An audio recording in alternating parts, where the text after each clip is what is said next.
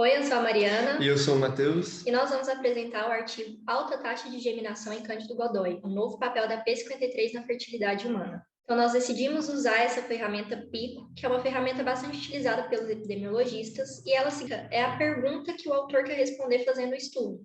Assim, ela vai ter como finalidade facilitar o nosso entendimento sobre o artigo. PICO é um acrônimo em que P é população, I é interesse, C é comparação e o O é outcome, que significa desfecho ou resultado. Nesse estudo, então, a população, representada pelos casos, vão ser as mães que deram à luz filhos gêmeos. O interesse vai ser investigar polimorfismos gênicos na via da P53 relacionados à implantação de blastocistos e sobrevivência intrauterina do embrião. A comparação, que são os controles, vão ser as mães que deram à luz filhos únicos. E o desfecho vai ser avaliar se há uma maior frequência de polimorfismos de nucleotídeos únicos específicos nos casos quando comparado aos controles. E recapitulando o que vimos nas aulas de genética, SNP é uma variação na sequência de DNA que vai afetar somente uma base, ou a adenina, ou a timina, a citosina ou a guanina, na sequência do genoma entre os indivíduos de uma mesma espécie. Então, agora falando um pouco sobre a introdução do artigo, as características da cidade de Cândido Godói. Cândido Godói é uma cidade bem pequena no Rio Grande do Sul, com uma população de 6.700 habitantes, que foi fundada por algumas famílias de ascendência alemã, no início do século XX. Ela apresenta a maior prevalência de nascimentos gemelares, que é cerca de 1,5% no Brasil, em relação ao todo o país, que apresenta uma taxa de 1% apenas. E tem a linha São Pedro, que é um distrito isolado em Cândido Godói, onde ocorre a maior prevalência de nascimentos gemelares no país. Então, vamos falar um pouco sobre a escolha do gene candidato ao estudo, porque a gente sabe, né, que os genes e os alelos envolvidos na alta frequência de nascimentos de gêmeos nessa população ainda são intrigantes. Então, para o estudo, são considerados genes que possivelmente estão envolvidos na poliovulação, na manutenção de uma gravidez bem-sucedida e em varreduras de ligação de todo o genoma. Vários estudos já surgiram em diferentes populações com base na busca de um gene candidato, mas nenhum padrão emergiu desses estudos.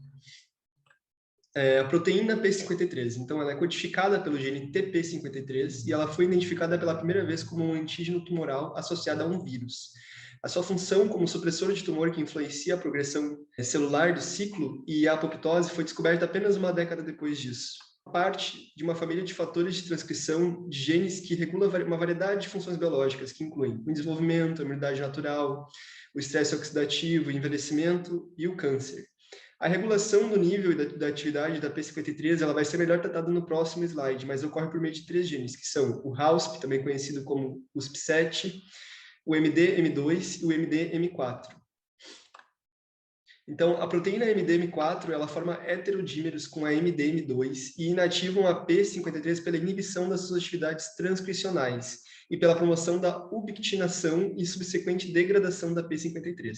O resultado é a inibição da atividade da P53 na resposta celular a danos do DNA e também uma apoptose menos eficaz. A proteína HAUSP, aqui, o USP7, pode estabilizar esse complexo com uma desubiquitinase. Assim, a P53 se liga à região promotora de MDM2, regulando a sua expressão. Vários estudos recentes demonstram a ligação entre esses SNPs e uma infertilidade inexplicada nas mulheres. Então, esse SNP P72R do gene TP53 ele foi considerado um fator de risco para falha de implantação por meio de seu impacto sobre os níveis de expressão da LIF, que é uma outra proteína.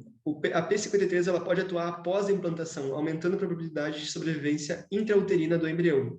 E a sobrevivência do embrião humano pode ser influenciada por genótipos em TP53, em LIF e MDM2, de uma forma dependente do sexo, ou seja, que varia entre os gêneros.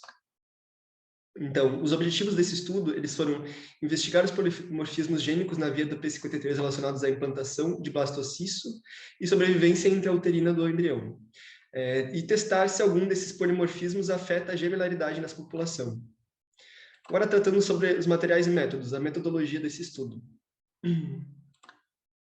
O design de estudo, né? A primeira coisa que a gente vai falar. Ele é classificado como estudo de caso-controle de base populacional e foi apresentado à população através de eventos comunitários, que foi uma palestra para a população e no final de uma missa dominical lá na linha São Pedro. Depois disso, as famílias que quiseram participar do estudo, elas entraram em contato com os autores do estudo e os autores agendaram uma entrevista.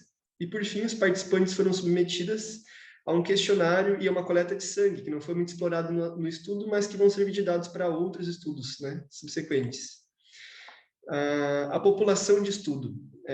Os casos são 42 mulheres mães de gêmeos, 10 mães de gêmeos monozigóticos, 20 de gêmeos dizigóticos e uma mãe de trigêmeos, que são 2 monozigóticos, e 11 mães de gêmeos do mesmo sexo, mas não investigados para a zigosidade. Os controles são 101 mulheres mães de filhos únicos. Nenhum parente de primeiro grau era gêmeo em nenhuma dessas famílias, e todas as mulheres eram de famílias independentes entre si. E todas as mulheres eram residentes em Cândido Godói. Embora todas residam lá em Cândido Godói, não fica claro se todas são naturais de lá ou se elas se mudaram para lá. E os casos amostrados nesse estudo representam 40% de todas as mães de gêmeos nascidas nessa cidade após 1955. Ainda falando sobre a população de estudo, as características analisadas foram a idade da primeira e da última gravidez, o número de gestações, ocorrência de aborto, a altura, o IMC e os tratamentos de fertilidade e a incidência de câncer em parentes de primeiro grau. E sobre as questões éticas do estudo, essa pesquisa ela foi aprovada pelo Comitê de Ética do Hospital de Clínicas de Porto Alegre e as mulheres assinaram um termo de consentimento. Agora falando sobre a terceira parte da metodologia, que é a análise molecular. Então, foram selecionados 5 genes, o TP53, que faz a proteína P53, o LIF, que é o fator inibidor da leucemia, o MDM2, o MDM4 e a HAUSP, que é a protease específica de ubiquitinina. Os motivos para escolherem a P53 foi porque ela está envolvida com a apoptose e ela está envolvida com a implantação do embrião também. Foi utilizada a técnica de PCR, que foi a do Techman. Ela vai ser melhor explicada assim no próximo slide, mas é importante saber que ela utiliza uma sonda que se liga especificamente no alvo de DNA para o qual ele foi fabricado. Então, nesse slide, eu apresento uma tabelinha que traz os genes escolhidos, que é aqui na coluna 1, os respectivos SNPs, que está aqui na coluna 2, e a terceira coluna diz respeito ao código do Tachman, que foi encomendado para identificar os SNPs do DNA. Então, o Tachman, como falado antes, nesse slide, eu trago para vocês uma representação esquemática de como funciona essa técnica. Primeiro, os primers e a sonda se ligam a um alvo de DNA e ocorre uma polimerização dessa fita. Quando a polimerização alcança a sonda, ocorre uma clivagem dessa sonda e o resultado é uma liberação de ondas de luminosidade, ou seja, uma fluorescência com diferentes comprimentos de luz. Então, se houve fluorescência é porque o SNP está presente, se não houver fluorescência é porque o SNP está ausente. E, além disso, o comprimento de luz liberado ele vai servir para identificar se o SNP está presente em dose simples ou em dose dupla.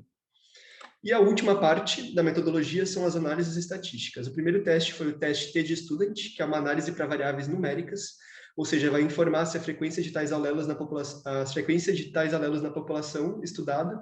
O segundo é o teste Q-quadrado, que é uma análise para variáveis categóricas, que com a correção de Bonferroni trata-se a associação entre os SNPs e as gestações gemelares. O terceiro é o odds ratio, que calcula se existem genótipos considerados de maior risco para gestações gemelares, ou seja, representa a probabilidade de uma gravidez gemelar ocorrer devido à presença desses alelos. E a análise de regressão logística, que testa a correlação efetiva entre as variáveis. E, por último, o heredograma, que foi relatado por cada indivíduo e, através da sua análise, foi possível descartar a possibilidade de parentesco entre as pessoas utilizadas na amostra.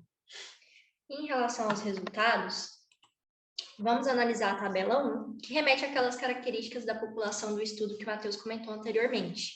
Como podemos ver, em relação ao número de gravidezes, a paridade média foi consideravelmente maior nos casos em comparação com os controles, e o valor P foi de 0,007. Esse valor P, gente, ele é muito utilizado para testar se a exposição está associada com desfecho. Se esse resultado for menor do que 0,05, significa que há associação. E se esse resultado for maior do que 0,05, muito provavelmente esse resultado foi por acaso, então não há associação. Assim, como esse valor foi menor do que 0,05, há associação entre o número de gravidezes e geminação. Também podemos perceber que a incidência de câncer em parentes de primeiro grau e gemelaridade estão associados, porque o valor P foi de 0,011. E as demais características possuem um valor P maior que 0,05. Então, chegamos à conclusão que elas não estão associadas com gestações gemelares. É válido lembrar também que todas as mulheres negaram o uso de terapia de concepção assistida ou estimulação ovariana. Já a tabela 2, ela fala sobre as frequências de SNPs em genes na via da P53, analisados tanto em casos como em controles. Então, olhando aqui o valor P, igual fizemos na tabela 1, a gente nota que a análise revela resultados estatisticamente significativos para os genes TP53 e MDM4, que possuem um valor P menor do que 0,05. Portanto, os SNPs nesses dois genes vão estar associados com desfecho. E os demais genes, que é MDM2, HAUSP e LIF, não vão estar associados com desfecho, porque o valor P foi maior que 0,05. Vamos olhar então aqui para o TP53. A gente percebe que a frequência do SNP é diferente nos casos dos controles, sendo que o alelo P72, que é representado por essa citosina, é enriquecido em mães de gêmeos. Olha como a porcentagem aqui é maior do que nos controles. Já nos genes MDM2, HAUSP e LIF, não observamos nenhuma diferença significativa nas frequências alelas ou genotípicas entre casos e controles. São bem semelhantes. Em relação ao odds ratio, como mencionado anteriormente na análise estatística, ele vai servir para estimar a chance de se ter filhos gêmeos, levando em conta o fator polimorfismo ou SNP. Se essa razão for maior que 1, esse fator é considerado um fator de risco. E quanto maior for o valor de odds ratio, maior será o fator de risco. Então, nessa tabela, a gente vê que o gene TP53, por apresentar o maior valor de odds ratio, 6,40, ele representa o maior fator de risco para a gemelaridade. E através dessa análise também do odds ratio, ela vai sugerir um efeito quase codominante entre os indivíduos heterozigotos, ou seja, que expressam em dose simples o SNP, e tendo como risco intermediário em comparação com os indivíduos homozigotos, que representam em dose dupla esse SNP. E esse risco é intermediário porque o valor desse heterozigoto é intermediário em relação ao homozigoto, é menor. E com base nos resultados nas tabelas anteriores, foi feita uma análise de regressão logística considerando o número de gestações e os genótipos NTP53 e MDM4.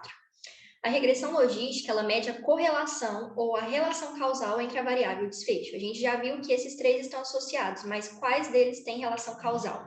Nessa tabela 3, então, a gente vai poder observar que apenas o TP53 e o número de gestações manteve a sua associação com gemelaridade, porque apresentou o valor P menor do que 0,05. E olhando o odds ratio, nós concluímos que o valor absoluto do odds ratio do TP53 é maior do que o do número de gestações, portanto, ele representa um fator de risco maior para a gemelaridade do que o número de gestações. Por fim, então, a regressão logística sugeriu que não há uma correlação entre MDM4 e geminação, porque o seu valor P foi menor do que 0,05. Discussão. Recentemente, pessoal, associaram os SNPs em TP53 e MDM4 à infertilidade. Isso parece soar contraditório, né? Porque esses mesmos SNPs também estão associados à geminação. Mas isso poderia ser esperado pelo fato da P53 regular diretamente a LIF. Assim, uma diminuição na atividade da P53 induzida por MDM4 poderia impactar negativamente os níveis de expressão de LIF, o que levaria a uma falha da implantação do embrião. Porém, o LIF não é regulado apenas por P53, mas por outros diversos fatores, além do fato que existe uma ampla gama de genes necessários para a implantação do embrião. Assim, o impacto de LIF ele pode ser variável entre as populações, desde que outros fatores mantenham a sua expressão normal, apesar da P53 estar baixa. Discussão dos resultados. Foi encontrada, então, uma associação entre dois polimorfismos e geminação, indicando que gemelar em Cândido Godoy está, de alguma forma, ligado aos níveis reduzidos de apoptose induzidos por P53. E considerando análises univariadas e de regressão logística juntas, os resultados sugerem que o alelo P72 de TP53 é o principal fator de risco para a geminação. Dados gerais. As concepções de gêmeos em humanos não são raras. No entanto, a frequência de gestações múltiplas que continuam até o nascimento é consideravelmente mais rara. Gestações múltiplas, elas podem constituir 0,12% de todas as concepções naturais, das quais 2% sobrevivem até o termo como gêmeos e 12% resultam em nascimentos únicos. Assim, é razoável supor, que mecanismos menos eficazes de indução da apoptose poderiam aumentar a probabilidade de sobrevivência do embrião. Em relação aos tumores, apesar do fato de que gêmeos apresentam um risco de câncer diminuído ou inalterado para os diferentes tipos de tumores infantis, a incidência de câncer em parente de primeiro grau de mães de gêmeos é quase o dobro dos casos. Até onde sabemos, não há estudos sobre esse assunto ou sobre a incidência de tumores relacionados ao P53 em famílias de gêmeos, mas nossos dados sugerem que isso precisa de mais investigação. Em relação à amostra, embora o tamanho da nossa amostra tenha sido limitado pelo número total de mães de gêmeos residentes em uma cidade pequena, como Cândido Godoy, há também a vantagem de investigar uma população com baixos níveis de fluxo gênico e com uma história conhecida do efeito fundador. E o grupo controle ele era composto por mães de filhos únicos do mesmo local para minimizar a interferência de fatores ambientais, uma vez que ambos os grupos foram expostos aos mesmos tipos de perigos e experiências. Agora, nos encaminhando para o finalzinho, a conclusão do artigo. As conclusões foram que o alelo P72 de TP53 é um forte fator de risco para gemelar. E o número de gestações e o alelo T em MDM4 também representam um fator de riscos, porém são mais fracos. E ambos os alelos estão associados à infertilidade.